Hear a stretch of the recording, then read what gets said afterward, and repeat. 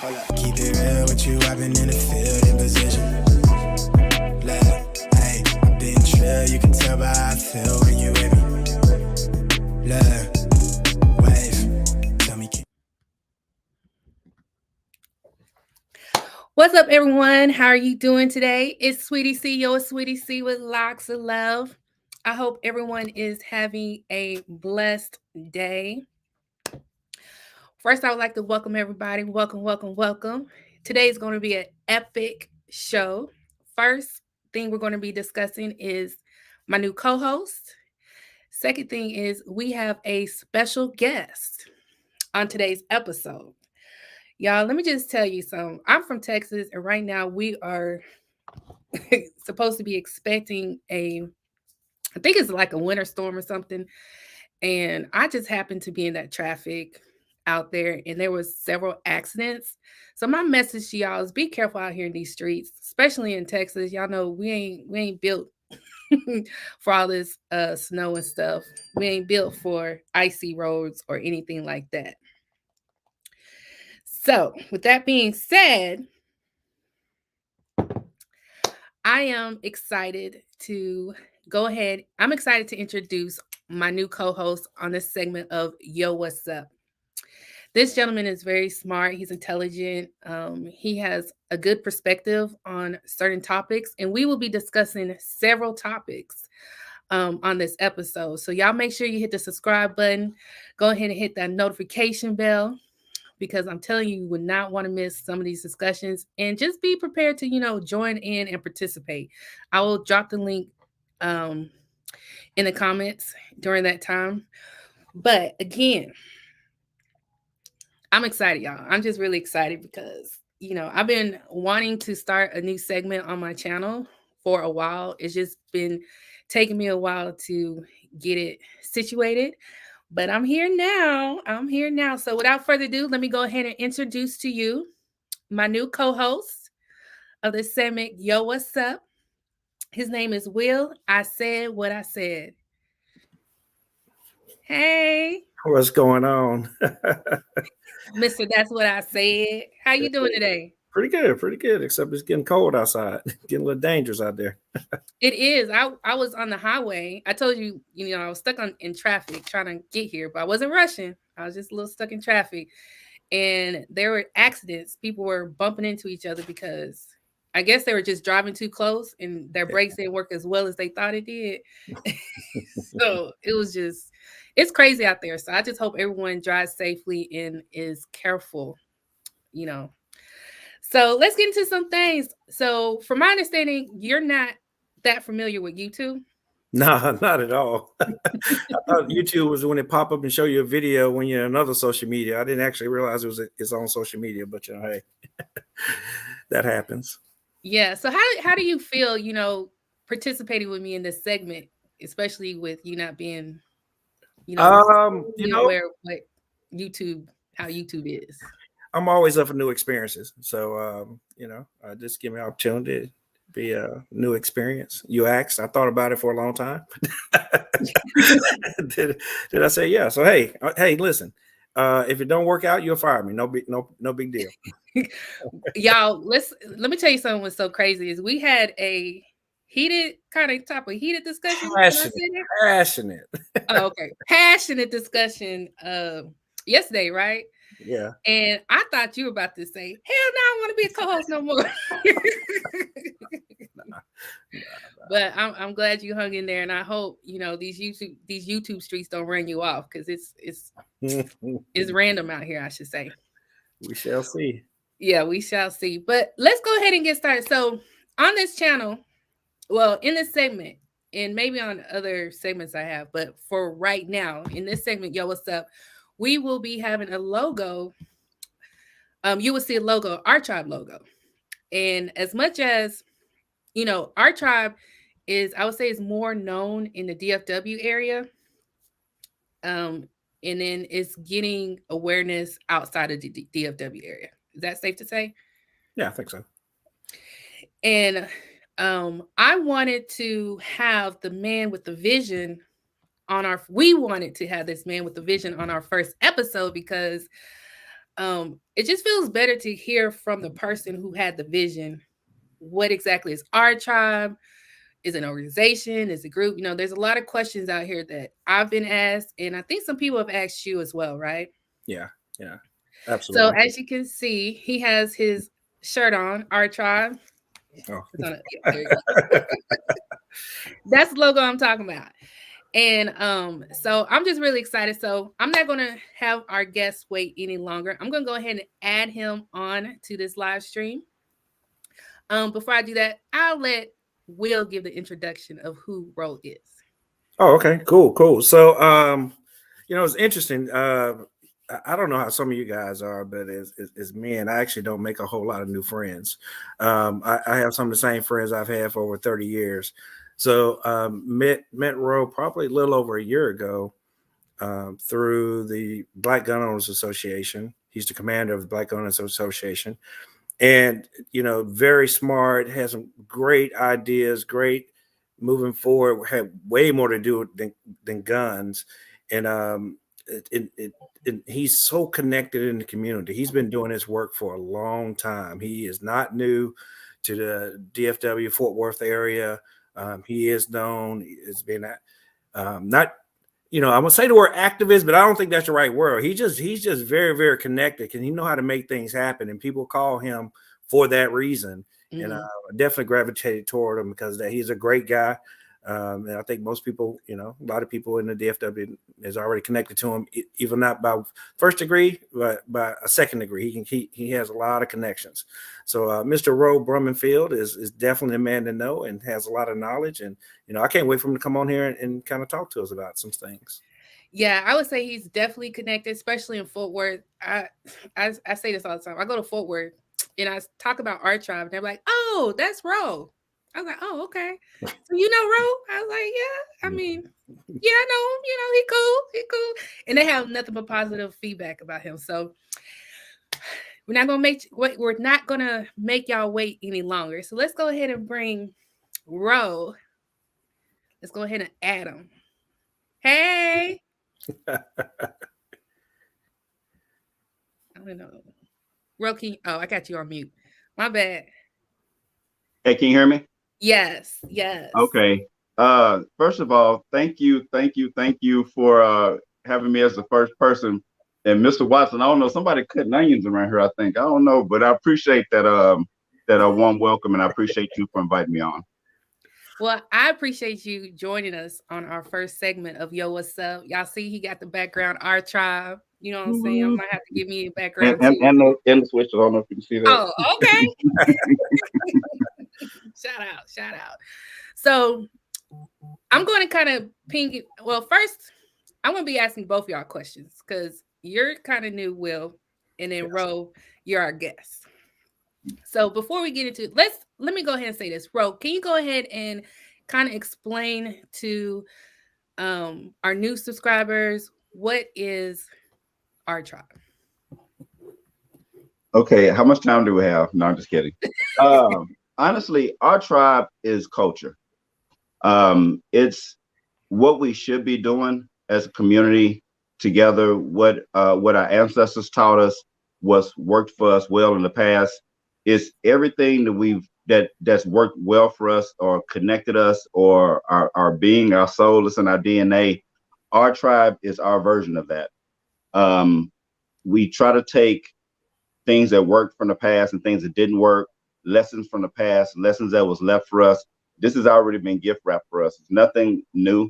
We haven't created anything new. We've just taken the best of us and trying to apply it to us how it fits for our community today. So is our tribe an organization? Is it a group? What would you ideally, I know it's really hard to explain. It's really hard to define our tribe. Sometimes I wake up in the morning and be like, wait a minute, what? No, just kidding. But our tribe vision is to leave legacy, to have a vehicle in place that when ancestors call us home, that we'll leave our community better than when we found it. We have a lot of problems to fix, right? And no one's going to fix those problems but us. And so we've collectively come together and identify what those problems are, or where those opportunities are, or where we can be made better.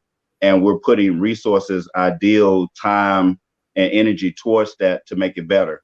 But now we've kind of revolutionized it a little bit, right? We made it measurable. It's not just one person. There's not one leader of our tribe. It's all of us together. It's a culture. Hopefully, eventually, ideally, the word our tribe can go away and we'll just start doing what we should be doing anyway. That's what's up. That's what's up. Now, me and Will both participate in our tribe. So, Will, what made you decide to participate with our tribe? You know, it's interesting. So I probably watched. I was watching a lot of different gun clubs, black gun clubs, because I want to get back into doing some more shooting. And I probably watched for 6 months before I even actually chimed in, just kind of watching the temperament of everybody and how everything moved and everything. And I liked how Ro was participating. I liked the fact it was not just about guns. And then when I actually had a phone conversation with him, I think that first conversation was probably about two hours, Ro. Probably. And it really a couple of things attracted me to it. If you look at throughout history, we have as a community, we've had a lot of success, and every time we've had success, it's been a system in place to destroy it. Mm-hmm. It is much bigger than just Tulsa. I mean, they flooded our cities, they burned our communities, they've just come in and killed us wholesale. And I think one of the main things I liked about this one is it was rooted in a gun club, a group of Black people who understand that our ability to defend ourselves is one of the most important things. Whatever we build, we have to be in a position to defend it. And having all those like-minded people, I think that really, I felt better about this movement than some other organizations that maybe I had considered being a part of, because you build it and they just come take it away. This is not opinion. This is fact. And so I like the fact that we started from the beginning of, hey, we're going to be able to defend whatever we build. And that's just in the DNA of what we're doing. It's not something extra. That is the core part of it. And I like the fact that, getting rid of the stereotypes, right? We're just shattering all the stereotypes, whether it's guns, whether it's building economic models. And there was a plan for it. And there was already a product. So it wasn't just idea. We went to that first phone after I had that first phone call with him. He said, download the app. This is how we're going to connect our people. This is how we're going to connect our businesses. This is how we're going to create this economic engine. So he wasn't just it wasn't just smoke. It was actually there. The app was there. It's still there. It works. It functions. And then we just got to do these steps to make it bigger than what it is. So I was like, hey, I'm ready for that. I'm ready to use the skills that I've helped make millions of dollars for corporate America, and I need to do something for my community. So it looked like this was it for me. Yeah, I would say what led me to to participate with our tribe. That's basically what I did. I just participate in the way we. It's not like we know each other, but it feels like we known each other for years. Like every time we have an event, we come together. It's good vibes. I'm a type of person. I love good vibes. I love just having a good time. And I have to say, every event I've been to has been drama has had no drama. You know what I'm saying? Which is basically everyone brings their little piece and we make it all come together. So that's what I like. So with that being said, is our tribe a gun club? Because people be asking, is our tribe a gun club? Our tribe is not a gun club. We're just oh my goodness, I just messed up the phrase. Mr. Watson, bail me out. Yeah. We were together at one of our events, and Rose said, our tribe's not a gun club. We're just a group with a lot of guns. There you go. Thank you, sir. Right, because there's some people in our tribe that may not have firearms, but a lot of us do have firearms, and we encourage, getting some training in. Don't just purchase a firearm or think about it. Go ahead and get some training with it. Have some training with it. But yay, that's what's up. So I'm gonna What I'm gonna do, I'm just gonna have a question outside the box. I'm just gonna give us a question outside the box. Yeah, I got a phone call. It's weird. You're on live and people trying to call you. Uh, so my Look, question is, huh? No, I'm sorry. My mom was calling me right now. That's why I was laughing at that. But no, go ahead. What's up to everybody? We appreciate y'all. We have Phyllis in the building. We have Jaquetta. Thank you for tuning in. Arm Atlas. What's up? Y'all make sure y'all check Arm Atlas at Costly Conversations. And then sister showed up. Hey sis. Family Ties 2A. Oh, she's an instructor, y'all. So we got to get her up here too one day. So my question to y'all, this is just random, okay? Mm-hmm. If humans were able to reincarnate, what species do you think humans are reincarnating as? Because some people believe that we would reincarnate after life. Not saying that that's what we believe. I'm just saying, if we did, what species of animal do you think we will reincarnate as? Or people may be reincarnating as? For example, I think if people were reincarnating, I would say they're reincarnating as cockroaches. It's funny. I was gonna say ants. The reason I say cockroaches because it's not an endangered species. Like people don't just kill cockroaches. They like let them roam in their house. They'll see a cockroach, they'll touch some feet, you know. you know, so maybe that's because that's their family member that has been reincarnated. Oh, okay. That's what I'm thinking. Cockroaches. You know, I'm like, why aren't they not an endangered species by now? They multiply prolifically. Oh, yeah. So that's what I say. I say people are reincarnating as roaches. What do y'all think? I honestly think if I was to answer that question, I would think that we would be reincarnated as human in a different time frame. Like there's a slave version of us, or there's a whatever version of us, and then because I do get some slave vibes sometimes. So like this kind of pushes me to continue to do what we're doing. So I just think maybe a human, but at a different time frame. Do you think it would be they are better humans, or I'm sorry? Do you think they would be a better human, or do you think they're getting worse? Because I think, of course, we're getting better. I mean, I think things that have happened to us in our past has gotten us better today. I'm so sorry. I'm really trying to answer this question. The cockroach thing kind of threw me out. So I'm still trying to recover from that. But no, I would just think, to answer that question, if we were reincarnated, you know, when I check out of here, I believe there'll be another version of me later on, if I was to, you know, answer that question or believe in that, you know, reincarnation. Do you think you would be a better version of? You say you would be a better version of yourself. What's one thing you would change? Being awakened a lot earlier in life. I wish I was where I am right now in my 30s or in my 20s. That's what's up. What you got? What you got, Will? I don't know. This is a weird question. So you know, I don't have a good answer, but I say ants, and I'm gonna tell you why I think ants. Okay. We think we are so important. Okay. Mm-hmm. If you look at the size of us versus the size of this planet, the size of this planet versus the size of the sun, we're basically an ant. And I think we'll come back at the ant and we'll figure out we ain't as important as we think we are. We'll be getting stepped on by people walking by and cars rolling by. Don't ask me no more questions like that. At least one. I mean, we need some, you know. Well, that's just the way. I'm just curious. All right. So back to our tribe. To a new person, how would you explain our tribe to a new person who is not familiar? Okay, let me put it this way. How would you explain our tribe to somebody who's not in Texas that would like to participate or contribute to, you know, our events? Or, well, you actually, okay, so one thing we did not mention is our tribe has a directory of Black businesses, right? How would you, if someone from a different state wants to participate with the Art Tribe organization, how would they go about doing that?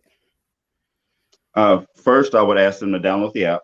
Go to the Android or iPhone App Store and just search for Our Tribe, one word, and download the app. That's what's going to ultimately kind of keep us connected, keep our businesses connected, and everything. We're making advances. We're seeking out new app writers to try to make it a little bit more seamless, and so we can send out information and everybody with the app get the information and things of that nature. So it kind of keeps us connected. But that would be the first thing I would ask them to do. Second thing I would ask them to do is go to Facebook and do a search for Black Gun Owner Association, DFW. That's kind of the portal, right? Because no matter what, we want our beginning, our DNA, our basis. What kind of also keeps us together is our exercising our Second Amendment rights and training together. And when I say training together, our goal is to get more of us involved. We have a lot of people that look like us with that pistol their grandfather gave them in that shoebox in the closet, just collecting dust. And they think, oh, if somebody break in, I can just go to the shoebox. Well, what if it doesn't fire? How old is the ammunition? Do you know? So we need to, that's our goal, is to energize that group. I mean, we have some shooters out there. We have some what I would consider experts in the firearm industry in our group. However, they're already energized, right? We would like to take that average line and go below that line and bring our average people, bring us all average. When I say that, once you get introduced, you can make a determination what you want to do. Everybody's not going to be a competition shooter. Everybody's not going to want to clear rooms, but whatever you're comfortable with. Now, once you go to your first competition, of course, you're going to get that bug and you want to go, but we just want to make sure the best way we can to bring as many of us along the ride is possible. So that's not excluding anybody. That's why we don't target just certain groups. We want everyone to be comfortable, everyone to come along, because everyone on this call know once you get the bug and you want to teach everybody and answer questions and you be your family's firearm expert and all that good stuff. But it's a fun ride, and definitely is needed, especially in this climate. Especially we're in America, right? And firearms is an American thing, so we're going to exercise the rights that have been bestowed upon us that our ancestors fought so hard to get us here. Nice. So y'all hear that? Y'all need to download the Our Tribe app and connect with us on Facebook. Okay. How did you come up with this? How did you come up with the logo Our Tribe? That's a tight logo. I hear a lot of people complimenting that logo. Okay, Our Tribe technically started off as Legacy Network, leaving a legacy for our community. That nobody was buying what I was selling. That failed horribly. I ain't even gonna lie. Legacy Network just was not y'all was not buying it. So I had to think of what connects us. I tried to think, and I'm not even gonna lie, it came to me as a vision, for real. The whole logo design, it came to me as a vision. I'm not joking. The logo design, the Ankh with the R and the Tribe. I sent it to a young lady in Houston that she designed it for us, but the actual my thought, that's our thought. We sent it to her and she made it look wonderful. I love the logo. But to answer your question, it just came to me, to be honest. That's what's up. Well, you can chime in anytime. No. just FYI, you can chime in anytime. What is your biggest accomplishment so far with Our Tribe? The Our Tribe Expo. Our Tribe Expo. Let's talk about that. Honestly, well, first explain to everyone, what is the Our Tribe Expo? The Our Tribe Expo is an all-Black gun weekend. It's when we can showcase our best in the second, our best as far as the Second Amendment environment, but also we have vendors, right? We have people to sell wigs and chicken salad and everything like that. So it was a mini display of our excellence. We know by now, we've proven once we figure this out, how to come together to get the majority of us to start thinking and having the same goals, people want to be involved in that, right? We no matter what, if we our talents on display, they're going to be a part of that. So the Frisco Gun Club actually reached out to us, and to be honest, when they first brought this to our attention, I said no immediately. Because honestly, I thought, and this was just my thought, when they said, "Hey, let's get together and collaborate and come up with an event," all I could see was a black dude on one side and a white dude on the other side, and they hugging hand in hand. I just wasn't gonna be that dude. I worked too hard for y'all to be talking about me like that. So, and I even told them that, because Frisco didn't have a good reputation with our community, right? We've had some horror stories, and so I do at least appreciate the fact that they understood that they wanted to reach across the table and at least acknowledge that.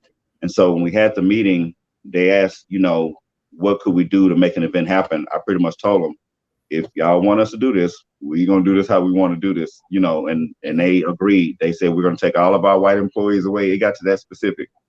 No white employee can interview with the news. No white employee. I mean, they pretty much got that specific with it. I said, okay, we can work. And so that's where the vendors came in. That's where the DJ came in. That's where the food trucks came in. And that's where Professor Griff came in. I mean, once we got started, it just happened. To be honest, I don't even know. I'm still sometimes think about how in the world do we even pull it off in less than 90 days. And so, and of course, then they want us back this year again. So, yeah, back to the other story.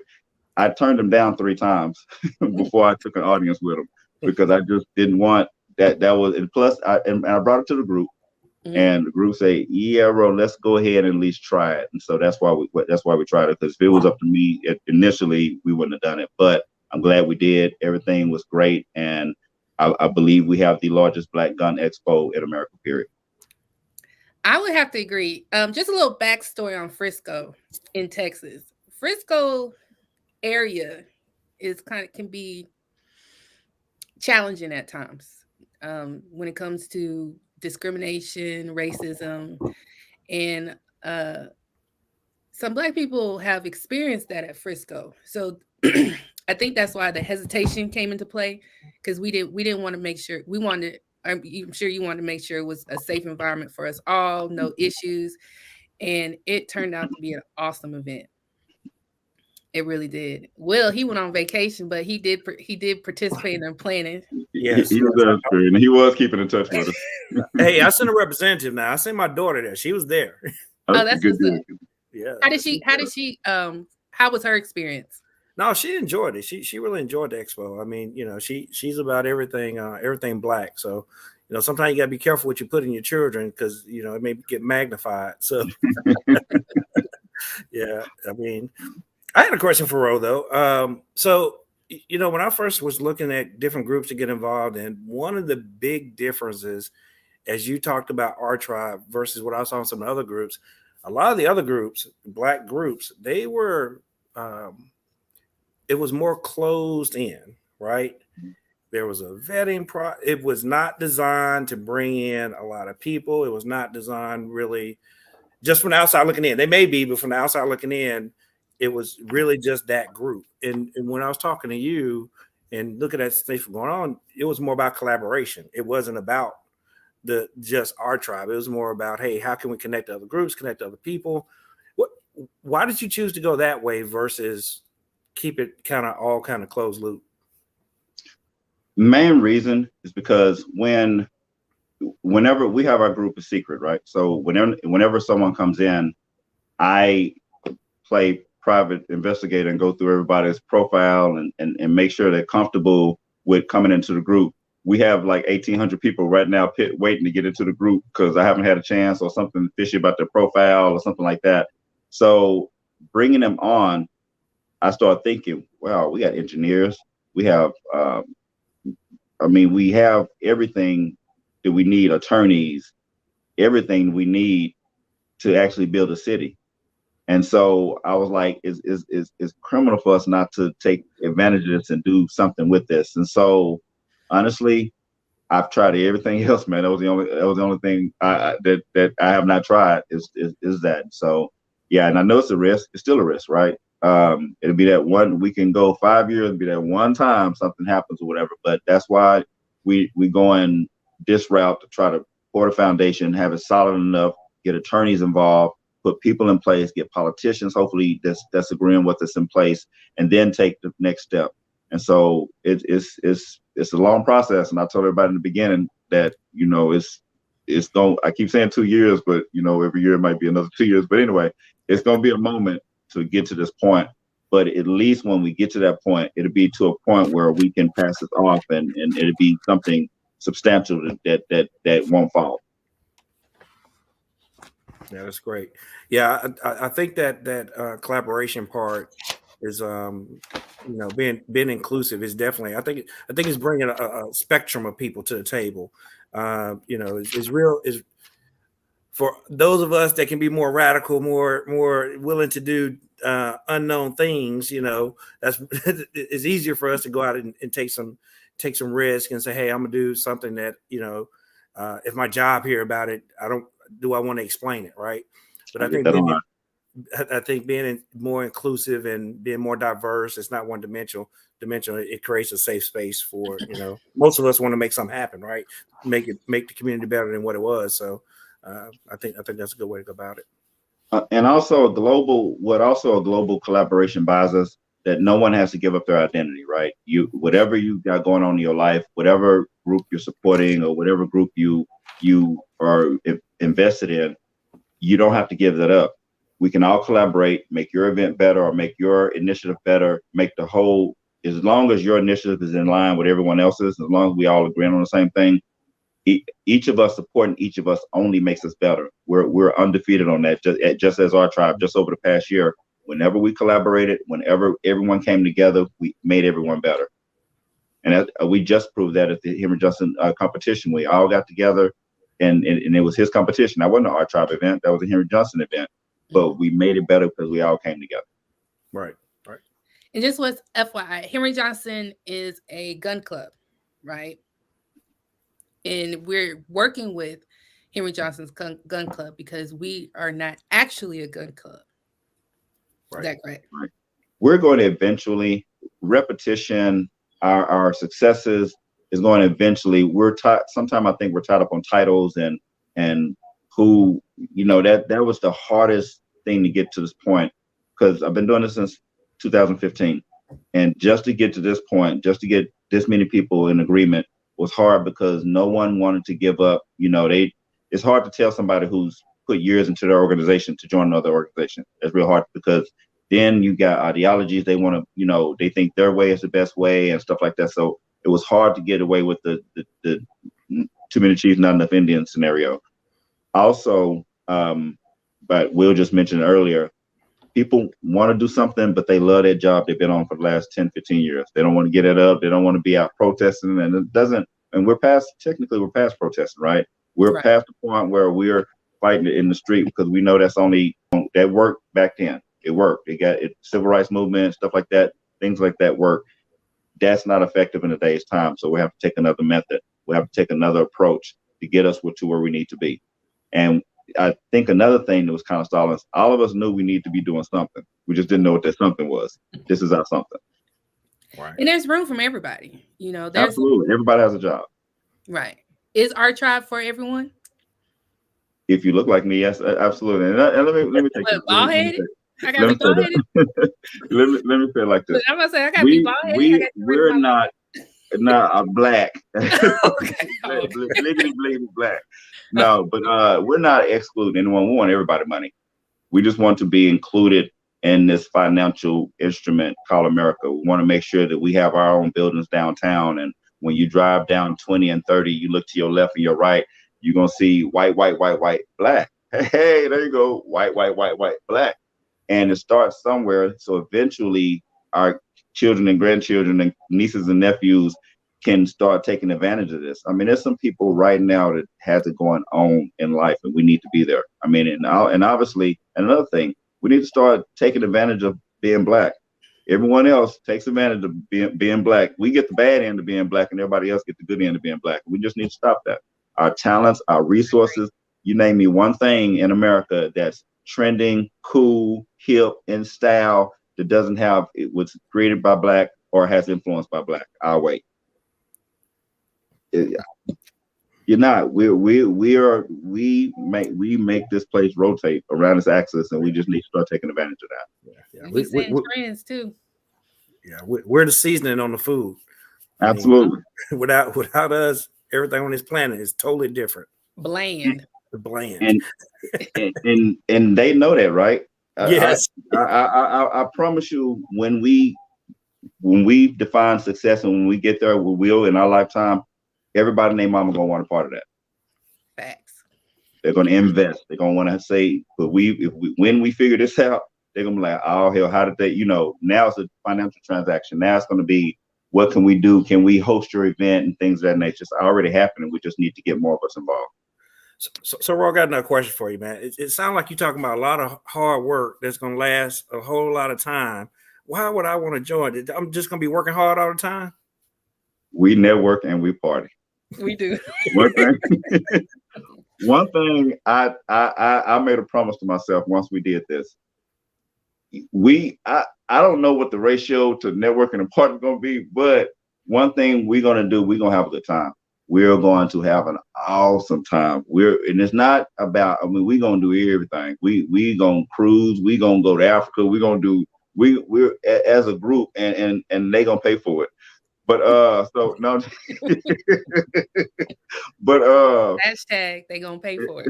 Hashtag they gonna pay for it. So no, it's about taking advantage of America. Everybody talking about pull yourself up by the bootstraps and all that. This is us pulling up. But the difference between us and them, we have culture. We know we are better together and kicking it. And like you said, when have we ever went to an event and had an issue? Blessings. Never. When you take negativity out of an equation, when you just focus on the best of us, we can't do nothing but succeed. We can't. Facts. Yes. So, okay, y'all, I got an out of the box question. Oh, here we go again. Let me put this water down and pick a down cup. Yeah, I brought water to the table. This wasn't the right cup. This one's a little better. Shout out to sis for that last question. She said, I think folks reincarnate based on how they lived their prior life. I like that.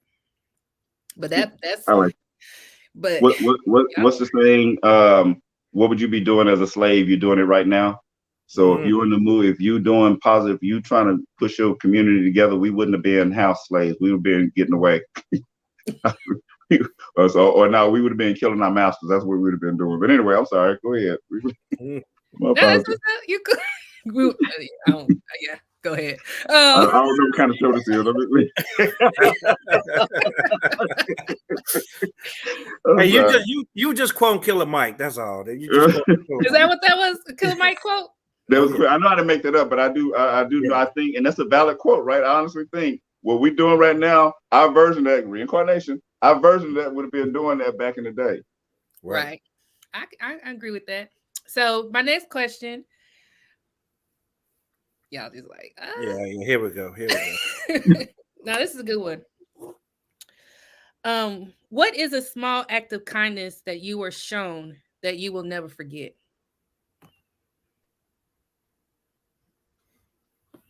Me? A small act of kindness. Okay, this may not be exactly what you're talking about, but I'll tell you the thought that came to mind.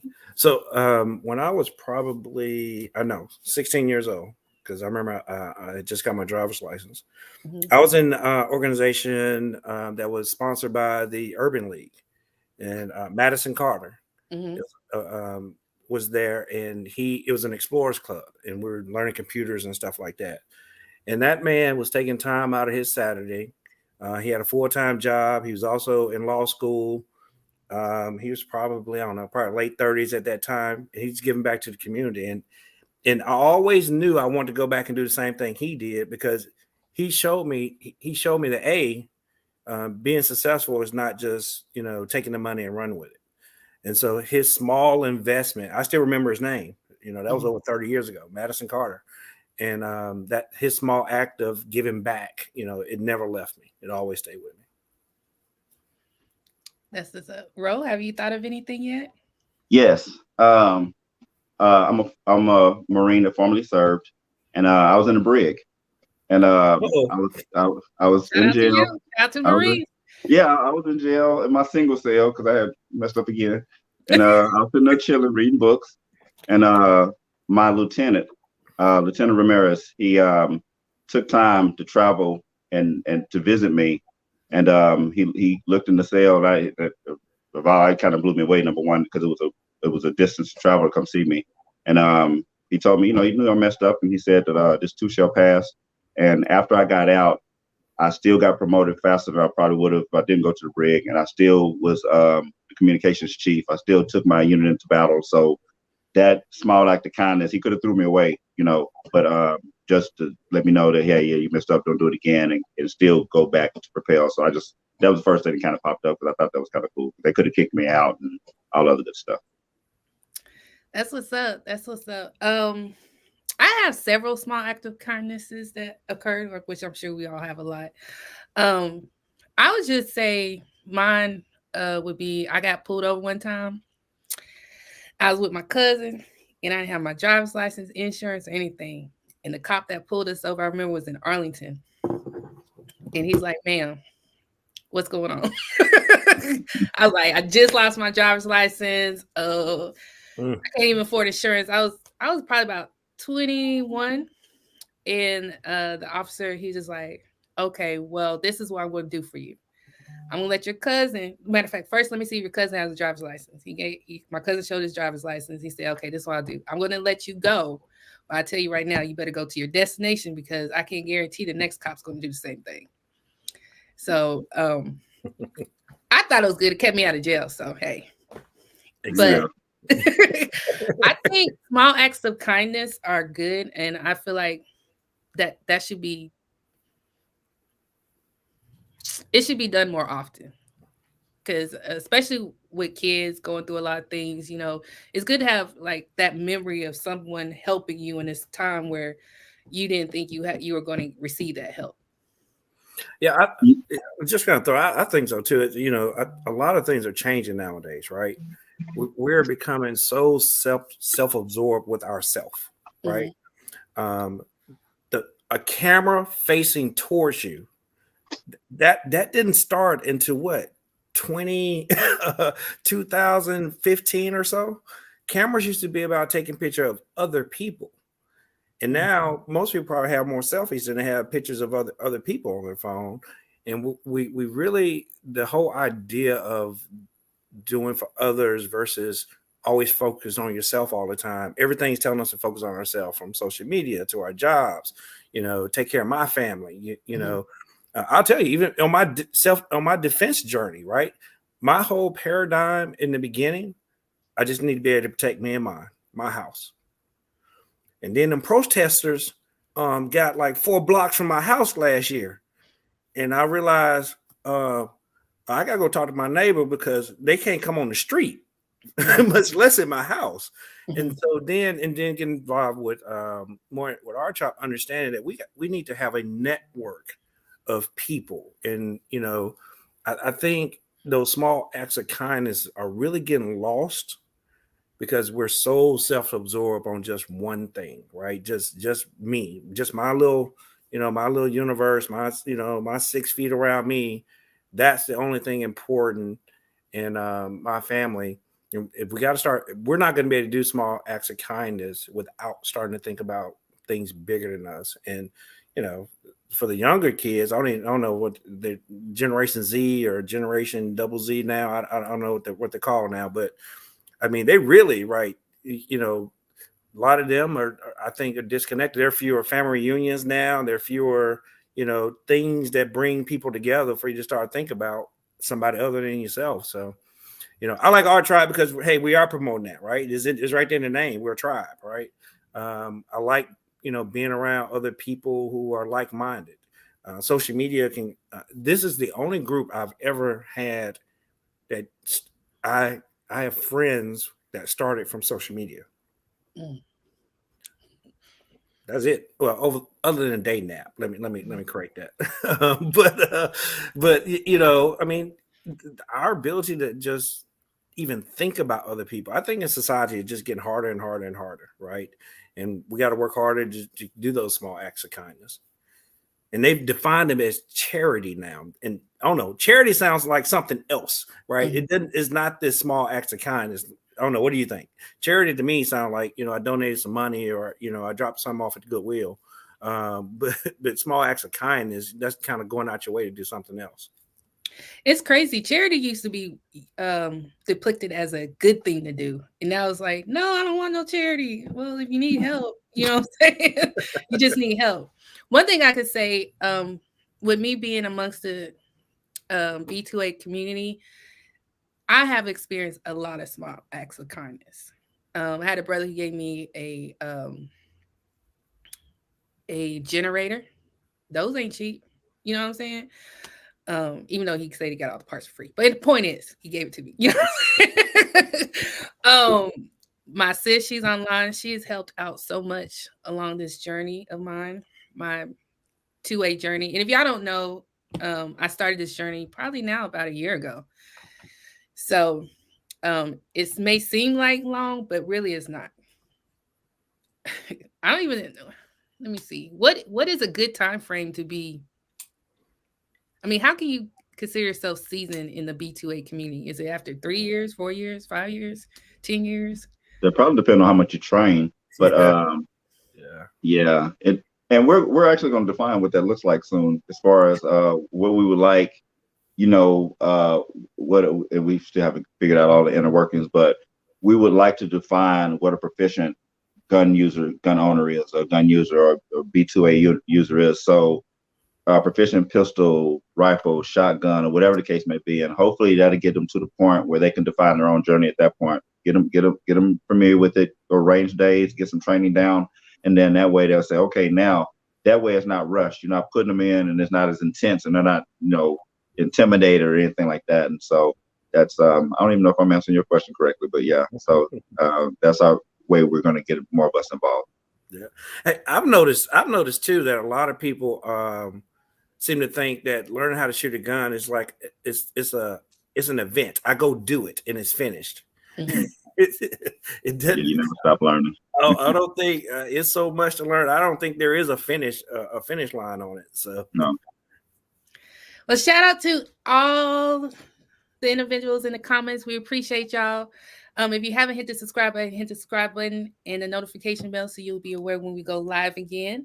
Our sis Family Ties 2A provided a small act of kindness that she experienced. She said she was having a horrible AM, I guess it was today, and she went through Starbucks drive-thru, and a lady must have seen the day on her face, and they gave her free coffee or whatever her items were that she purchased. It was on the house.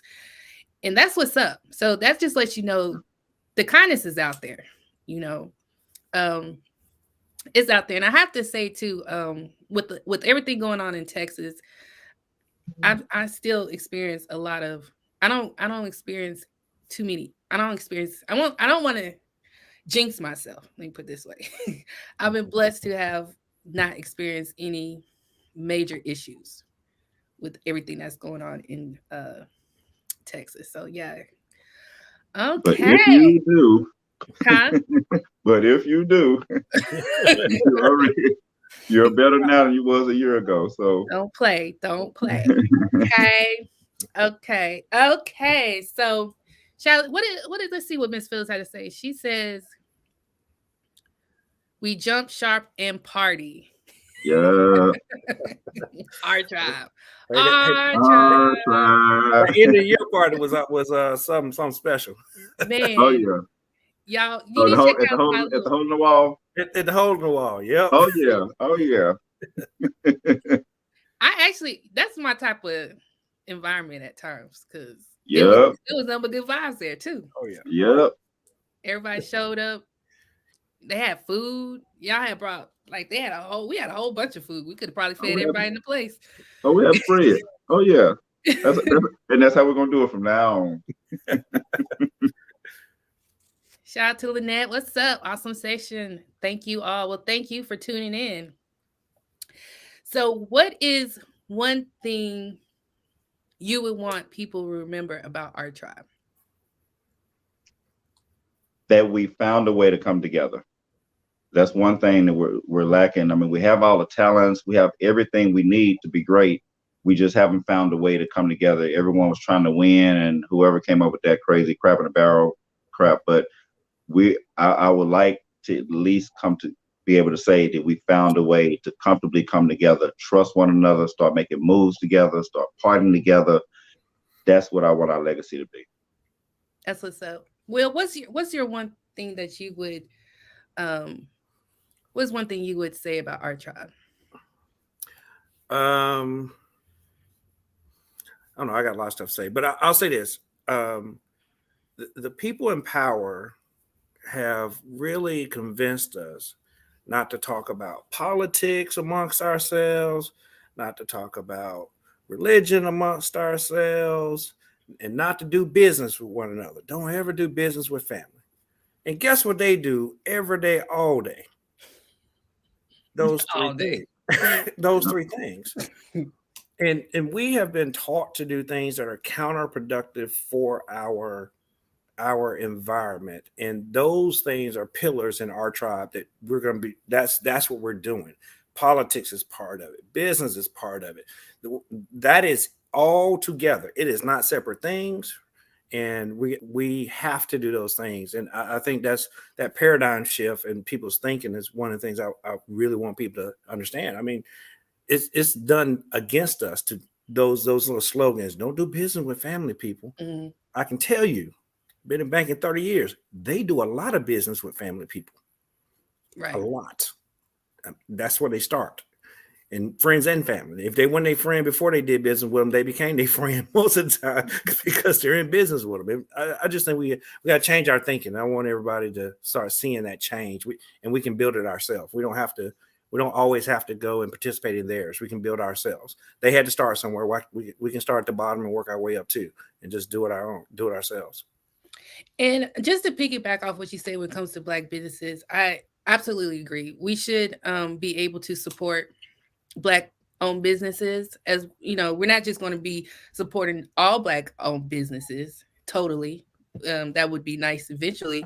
But one thing I do notice too, not a lot of other groups put down their business either. You know what I'm saying? We got to get away from saying, don't go here, don't go there, you know, based off an experience. We've all had experiences, I'm sure, at Walmart, maybe Target, at a gas station, at a where we go get our car fixed. You know, we've had bad experiences, but I don't hear them telling their people not to come no more. And I think we need to get away from that and kind of just understand that starting a business isn't easy.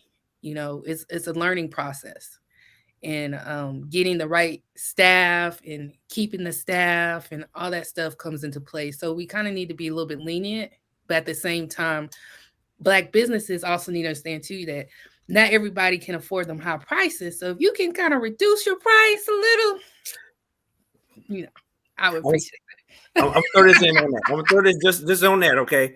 So I've been a serial entrepreneur, right? I've done a lot of different things, and this is one thing I can tell you: every complaint that a person has about a Black business can be solved with additional revenue. And if you're not bringing the revenue, they can't go buy in volume to reduce their price, or they can't hire different caliber of people to deliver a different level of customer service to you. The fact that we're not going keeps them in that state. You know, we just got to, you know, support them. You know, I purposely watch black movies that are not that good, but I'll go to the movie theater because they can't get the budget unless they start making money. Right. It's just the truth. In Fort Worth, there's a beauty supply store. He's been there for years. A Asian beauty supply store moved in as close as humanly possible to his. They went as far as contacting his suppliers because they have the same suppliers, and made his minimum purchase rate go up. So at first it was a minimum of 1,000. Now he can't order from them unless he's paying 10,000. We did a video, like a hidden camera video, where I went into his place and a friend of mine went into his place, and we compared prices. prices are almost the same, maybe a nickel or two more here's the other one. But basically, to piggyback on what Will said, the only thing that will fix that is volume. If we had more people going to him than we had going to the other, they could lower prices and he could be more accommodating. He could afford to do more. They're really, think about it. If I was only having to spend $1,000, now it's all of a sudden 10,000. So they only, and I know that's one unique case, but basically what we're saying, if we have a vehicle in place that will redirect that money back into our own pockets, back into the business owner pocket, and they don't have to actually pay a lot for advertising. We create this oneness, we create this culture, because they have some things to do too, right? They just can't just take and some things the business owners have to do as well. But once we define that and create that environment, then we wouldn't have those problems, and they can lower prices and they can give you better service. Well, there goes the solution. Hey, that's what we got to do, find a solution. But we don't know unless we communicate. I think that's important, is communication. And before just assuming, communicate, and you'll probably get the answer you're looking for as to why some Black businesses prices are a little bit higher. Man, an hour goes by fast. Time is up. Yo, I appreciate everyone who tuned in to Yo What's Up, our first segment. I appreciate you, Ro, for showing up on our first segment. Thank you. I appreciate you, Will. Will, I will be seeing you again next week. Y'all will be seeing Will. Look, we have a variety of topics. Okay. Let me reiterate. We have a variety of topics. Y'all thought my first question was out the box? Well, just tune in to some of the topics that we will be discussing. And you might be at a point where you may want to just chime in because you're so frustrated. You just gotta, you gotta say something. Well, that's okay, because I'll be dropping links so that you can come on the panel and you can provide your perspective on some of the various topics we will be having. So, how do you feel, Will? Oh, I'm good. I didn't get fired today. You're not a virgin no more. No. You gonna tell them what next week's topic is? I may get fired next week. No, let you tell them what next week's topic is. No. You tell them. Well, somebody tell them shit. I don't know how to explain it. All right. So we've talked about a lot of different stuff to have shows, right? So next week, there's a video out there. I don't know if it actually went viral, but basically a mother was making fun of her teenage son masturbating. And she thought it'd be a great idea to, hey, let's put this on social media and make fun of him. And so I should have told that my whole life up. Yeah. But we're going to talk about, women can be very insensitive to men's feelings. Oh, there we go. All right, y'all. From these conversations. About to get fired. It's only 2 minutes left. There's a minute and a half left. He already trying to start some. So y'all make sure y'all tune in to the next episode. Trust me, you want to hear his perspective. You want to hear my perspective on the situation. We would love to hear your perspective. So again, thank you all. It's Sweetie C with lots of love. Now what? Talk to you later. All right. Thank you. Bye. Bye, family.